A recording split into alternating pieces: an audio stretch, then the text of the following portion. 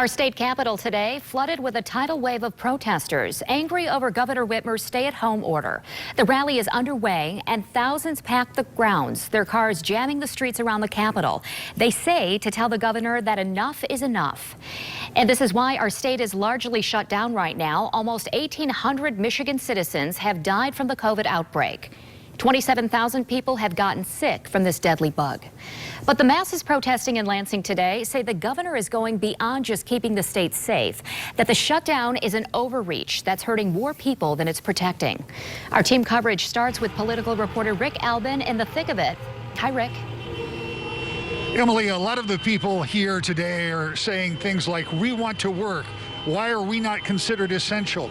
One of the big questions about this entire operation, this entire lockdown, if you will, what it has been called is the stay at home and stay safe order by the governor, is who should stay at home and who doesn't have to in terms of going to work. For some people, it's it's a matter of livelihood. For others, it's a matter of liberty, and they're all out here protesting that today. Just a few moments ago, we talked with Speaker of the House, Lee Chatfield, about his take on today's activities. I think we can be responsible and reasonable at the exact same time. We have to ensure that people's constitutional liberties are protected, and that's what we're seeing today. People are coming to the state capitol to ensure their voices are heard, and there's nothing more American than that. Now, the speaker says he thinks everybody should stay safe, but he also thinks that this protest is part of the right of every Michigan citizen. What we have seen today is, for the most part, the people that have been protesting out here staying in their cars and more or less not moving for the last hour or so. They've cleared out 2 lanes of traffic now here on Capitol, but over on Allegan, I don't think any of those cars have moved yet. And the lines of traffic that extend back down Capitol and back down Michigan go for a very long ways. It's very hard to know exactly how many people are participating, but I can tell you some of these people haven't moved since about 11 o'clock this morning when they first just stopped at the light down here, and those on Allegan haven't moved at all. They've just remained there. So this protest did, at least in part, what the organizers hoped it would do, and that is turn out a big crowd. And if that was part of the aim of this organization, they certainly were able to bring a lot of people together in relatively short notice to protest here in Lansing. Now, what the outcome of that will be is very unclear. We know that this stay-at-home, stay-safe order is in place till the end of the month. Will there be any changes to that order between now and then? We'll just have to wait and see. We're live in Lansing. Rick Albin, News 8. Okay, Rick, do we have any idea what the governor's schedule is today? Is she in Lansing? Is she near the Capitol or in the Capitol today? She is in Lansing. I don't think she's in the Capitol or in her office, but I don't know that for sure. I did see some of the governor's staff earlier today and have been in contact with them, so I do believe she's here. I don't have any reason to believe that she is either in the Romney building behind, right across here, or the Capitol behind us, but I don't know that for a fact. All right, Rick Albin on the ground for us right there in the gridlock of it all. Now let's check in with News 8's Heather Walker. She's been talking to protesters all morning. Heather, what are you hearing? Yeah, Emily, this gridlock is surrounding the Capitol building. We're on Allegan, and the first car here said he got here at 10 a.m. and he's been parked there ever since. Some people have signs on their cars. You can see this, shut down, have Whitmer. A lot of them talking about the governor in a negative way, others saying reopen our businesses. People have been playing music, American music. They've been waving flags, honking their horns, of course, as we've been hearing that. But yeah, people started coming around 9 o'clock this morning. And you can see this is 3 rows of people who have come out here today to let the governor know that they want the stay-at-home order lifted, and that's their message. This man right here, he actually brought a boat with him. Sir, tell me about why you brought your boat. I just don't see why I can't take my kids out fishing. I don't see why that's not essential. We're old enough to wash our hands, be safe about it, use some common sense. That's all it takes. Are you concerned at all that lifting the stay-at-home order might spread the virus more, might cause more people to die? How am I going to spread the virus? Taking the boat out of my garage, taking it a mile down the road, putting it in Lincoln Lake, and fishing 5 hours with my kids. All right. Right, and that's the message we've been hearing from a lot of people around here. They're saying that they can use common sense and get back to work, get businesses going, and that's their message today. We've been speaking to a lot of small business owners, different people, landscaping. Someone was doing some automotive work there. People got signs. They've come from all over the state to let their message be heard. In this area right here on Allegan, these cars have been parked here, like I said, since 10 this morning. They have not moved. I asked someone, how long are you going to stay out here? What's the plan? They said, we don't know, but we're not planning to leave anytime soon.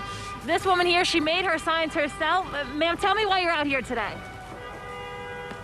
Well, if you all the businesses that are located out here, you see this lawn care, the electric. Look at all these small businesses, including mine, my husband.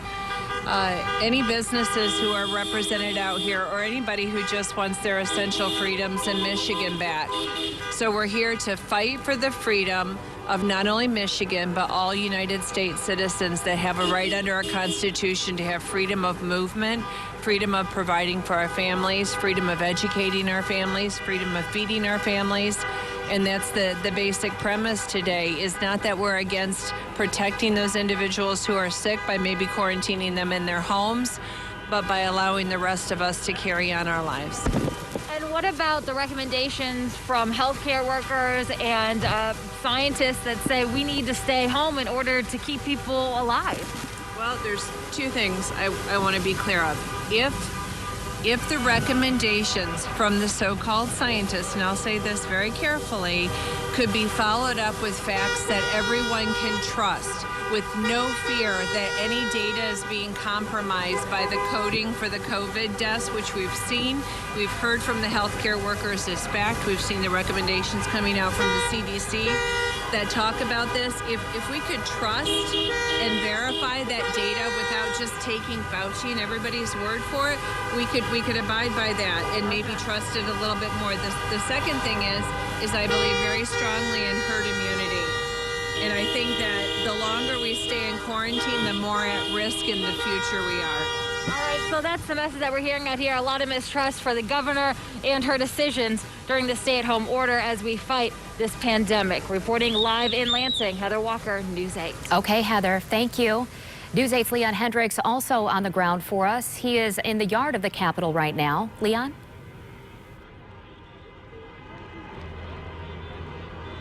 Yeah, Emily, good afternoon. A lot of people really have taken part in this and decided they're not going to stay in their cars. They're on the steps of the Capitol here, and this is what it looks like. The Capitol building, protesters, lots of American flags. We've heard God Bless America playing on loudspeakers, and of course the sound of all that honking as the gridlock surrounds this Capitol building, and it seems to be really buoying the energy and the support for the people who are here. We also see a number of these folks, the state police, who are helping to keep the peace here. We've seen police on bike and on foot, but really this has been peaceful. We've not seen them have to take any action out here. This has been a peaceful protest, albeit loud, albeit certainly stopping the travel in and around this Capitol building. But the people here have certainly been abiding by the laws. We've seen no necessity for police action. Among the folks out here are some of those who are seeking public office. One of them, Tom Norton, who's running for Congress. Mr. Norton, thanks for being with us. Tell me why you're here right now. Well, I'm here right now because what's happening is Comrade Whitlis, who is just interviewing to be vice president of the United States with Joe Biden, is what she's trying to interviewing for. It's blown up in her face. But the problem is, as I go through my district, what I'm seeing is I'm seeing waitresses that are out of work, small business owners that are concerned about how they're going to be paying their bills because we can't bail out enough money. The money doesn't exist to bail out forever. Otherwise, we're going to have hyperinflation and everybody's going to go broke.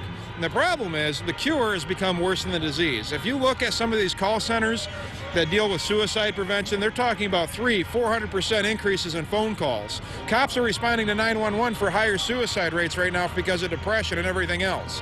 The cure is worse than the disease in those aspects because of the destruction it's already having on human life in another direction. Abortions are going up. I mean, you got people, you can buy pot, but you can't buy paint. That's just ridiculous. The governor has accused folks, and my guess is she might think this interview is the same, of using this as a chance to politically posture. Are you? No, I've always been like this. I mean, anybody who's seen me for years, I've always been the grassroots, blue-collar guy. I would have been here even if I wasn't running for office. There's rallies I've been at for over a decade for Second Amendment rights, free speech, back when the Tea Party's around, because it was the right thing to do. Political posturing, I've already done this before I was ever running for Congress. Do you have any concerns that the people gathered here like this might help contribute to the spread of this virus? We had 59,000 people die of the flu last year in the United States, according to the CDC. We didn't shut everything down. We pushed 100,000 with SARS. We didn't shut everything down. COVID, is it more contagious? Yes. Wash your hands. Don't get around people that cough. Don't rub your eyes, nose, and everything else unless you have wipes and everything else. If your nose itches with something that hasn't touched somebody else. There's a lot of basic concepts of human safety that we can do in order to not spread a virus. That's how anything works. You're looking at 200,000 people dying as their projections without quarantine, right? 200,000. If suicides go up by 3 times, we're at 140 to 160,000 suicides.